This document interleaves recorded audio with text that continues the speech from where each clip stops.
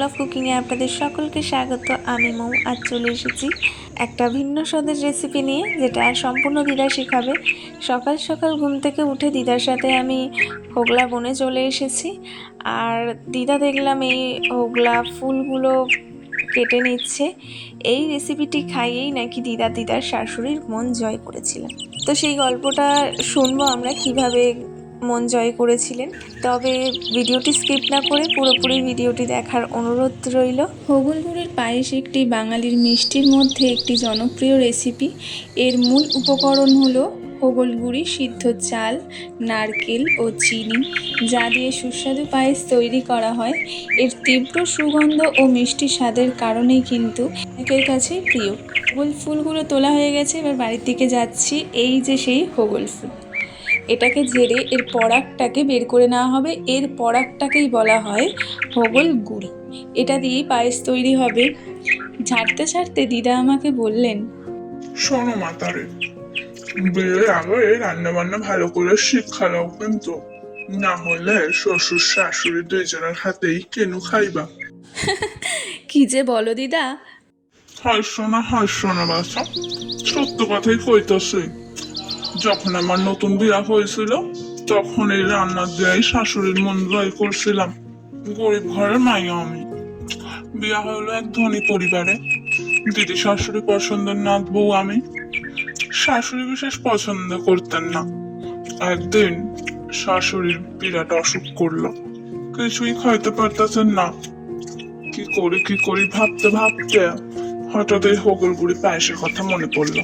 আমি তখন এই হোগলগুড়ির পায়েস রান্না করে শাশুড়িরে খাওয়াইলাম। শাশুড়ি তো খাইয়া কি প্রশংসাই না করছিল আমার। তাই বলি না হাইসা, ভালো করে রান্না শিক্ষা দাও কিন্তু, এই রান্নাই পরে কাজে লাগবে তোমার। ঠিক আছে দিদা, আমি এবার থেকে খুব ভালো করেই রান্না শিখবো। আচ্ছা দিদা, এবারে কি করছো এটাকে? গুঁড়িগুলো কড়াইয়ের মধ্যে দিয়া ভালো করে নাইড়া চাইড়া ভাজা লিতে হইব। পুড়িয়ে দিস না কিন্তু, দেখবি যখন সুন্দর একটা বাঁশ বের হয়েছে, তারপরে এটাকে নামাইয়া লইবি। হ্যাঁ গো দিদা, এত সুন্দর একটা মিষ্টি গন্ধ এটার, মানে সত্যি খুব সুন্দর এটার গন্ধটা।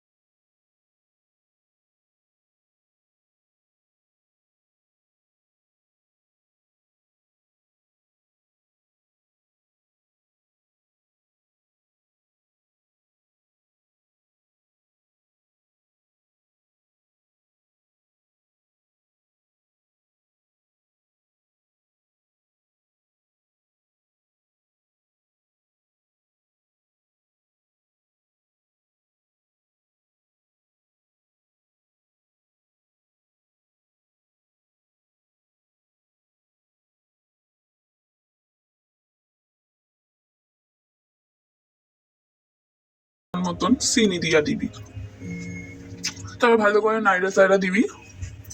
জল